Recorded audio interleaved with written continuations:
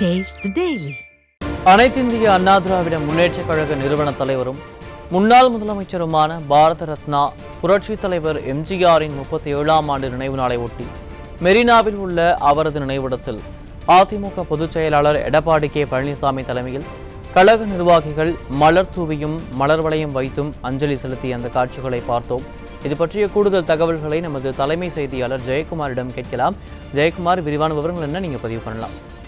கண்டிப்பாக அருண், அனைத்திந்திய அண்ணா திராவிட முன்னேற்ற கழகத்தினுடைய நிறுவன தலைவர் பாரத ரத்னா புரட்சி தலைவர் டாக்டர் எம்ஜிஆர் அவர்களுடைய 37வது நினைவு நாளை முன்னிட்டு அவரது நினைவிடத்தில் மலர் வளையம் வைத்து மலர் தூவி அதிமுகவுடைய பொதுச் செயலாளர் புரட்சி தமிழர் எடப்பாடி கே பழனிசாமி அவர்கள் மரியாதை செலுத்தியிருக்கிறார்கள். அவரோடு அதிமுகவுடைய அவைத்தலைவர், அதே போன்ற முன்னாள் அமைச்சர்கள், நாடாளுமன்ற சட்டமன்ற உறுப்பினர்கள், மாவட்ட செயலாளர்கள் என அனைவருமே மலர் வளையம் வைத்து மலர் தூவி மரியாதை செலுத்தியிருக்கிறார்கள்.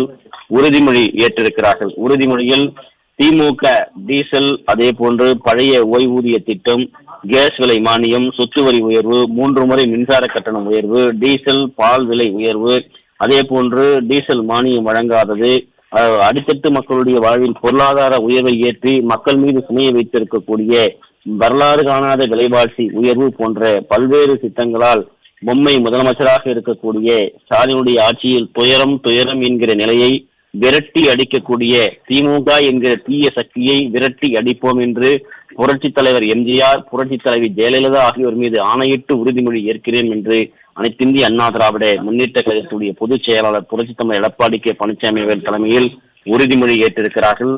அதிமுகவுடைய நிறுவன தலைவர் தமிழ் மக்களுடைய மனதில் நீங்காத புகழோடு நிலைத்துக் கொண்டிருக்கக்கூடிய முதல்வர் பாரத ரத்னா புரட்சி தலைவர், பொன்மனச் செம்மல், ஏழைகளுடைய இதய தெய்வம், மக்கள் தலைவர், மனிதநேயத்தினுடைய பிதாமகன், சத்துணவு தந்த சரித்திர நாயகன், திரைப்படங்களில் பல்வேறு மக்களுடைய வாழ்வியலில் பேசக்கூடிய கதாநாயகன், தமிழகத்தினுடைய முடிசூடா மன்னனாக நிலை பெற்று இருக்கக்கூடிய புரட்சி தலைவர் இதய தெய்வம் அவருடைய 37வது நினைவு நாளை முன்னிட்டு இன்றைக்கு மலர் வளையம் வைத்து மலர் தூவி அஞ்சலி செலுத்தியிருக்கிறார்கள்.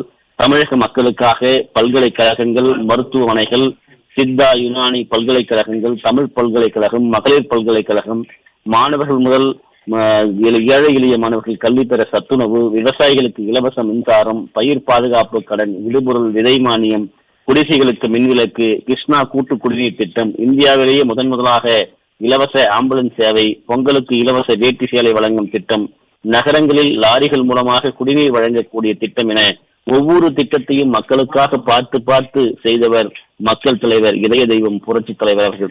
ஒவ்வொரு மாவட்டத்திலும் நூலகர்கள் அமைக்கப்பட்டு அந்த தனி அலுவலர்களுக்கு சம்பளமும் ஓய்வூதியம் அளிக்க உத்தரவு போட்டவர். பொது விநியோக திட்டத்தின் கீழ் தமிழகத்தில் 20,000 ரேஷன் கடைகளை ஒரே கட்டமாக திறந்து ஏழை எளிய மக்களுக்கு மத்திய தொகுப்பிலிருந்து கூடுதல் அரிசியை ஒதுக்கீடு செய்து போராடி பெற்று தந்தவர். சத்துணவு திட்டம் தந்த சரித்திர நாயகன். குறிப்பாக சத்துணவு திட்டத்தை செயல்படுத்துகிற ஒரே நாளில் 10,000 சத்துணவு அமைப்பாளர்களை பணி நியமனம் செய்து தமிழகத்தில் புரட்சி செய்தவர் புரட்சி தலைவர்.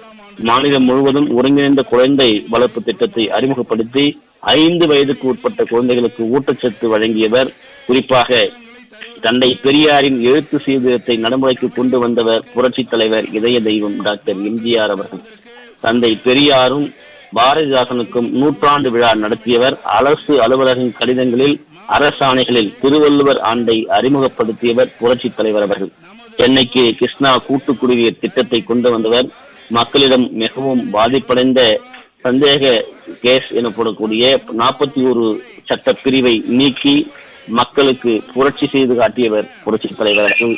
அப்படிப்பட்ட பல்வேறு புரட்சிகளை செய்தவர். கிராமப்புறங்களினுடைய பேருந்து வசதிக்காக 4000க்கும் மேற்பட்ட வழித்தடங்களில் எம்ஜிஆருடைய ஆட்சி காலங்களில் மகளிருக்காக சிறப்பு பேருந்து அப்போதே அவர் அறிமுகம் செய்தது குறிப்பிடத்தக்கது. தமிழக விவசாயிகளுக்கு பயிர் காப்பீடு அந்த முறையை அறிமுகம் செய்தவர். 1980-85 காலகட்டத்தில் தொழில்நுட்ப கல்வியை விரிவுபடுத்தி மத்திய மாநில அரசுகளுக்கு பொருளாதார சிக்கல் இருந்தால் சுயநிதி கல்லூரிகள் நிறுவி மத்திய மாநில அரசு அனுமதி வழங்கியதையும், கர்நாடகா, தமிழ்நாடு, மகாராஷ்டிரா, ஆந்திரா போன்ற பல்வேறு மாநிலங்களின் கல்லூரிகளை அறிமுகப்படுத்த தமிழகத்தில் லட்சக்கணக்கான பொறியியல் பட்டதாரிகள் உருவாவதற்கு அவர் காலம் என்பது மிக முக்கியமானது. குறிப்பாக விதவைகள், முதியோர் இவர்கள் நிவாரணம், குறிப்பாக ஓய்வூதியம் பெறுவதற்கு பல்வேறு சிறப்பு திட்டங்களை கொண்டு வந்தவர். மாணவர்களுக்கு சீருடை, மீனவர் நெசவாளர்களுக்கு கடனுதவி, ஏழை எளிய மக்களுக்கு குடியிருப்பு கட்டுவது, ஆரம்ப சுகாதார நிலையம், ஒருங்கிணைந்த குழந்தைகள் வளர்ப்பு திட்டம், இப்படி பல்வேறு திட்டங்களை தந்த சரித்திர நாயகனுக்கு இன்றைக்கு 37ஆம் ஆண்டு நினைவு நாளை அனைத்திந்திய அண்ணா திராவிட முன்னேற்ற கழகத்துடைய பொதுச் செயலாளர் புரட்சித்தலைவர் எடப்பாடி கே பழனிசாமி அவர்கள் தலைமையில் மலர் வளையம் வைத்து மரியாதை செய்து உறுதிமொழி ஏற்றப்பட்டிருப்பது குறிப்பிடத்தக்கது. அருண்.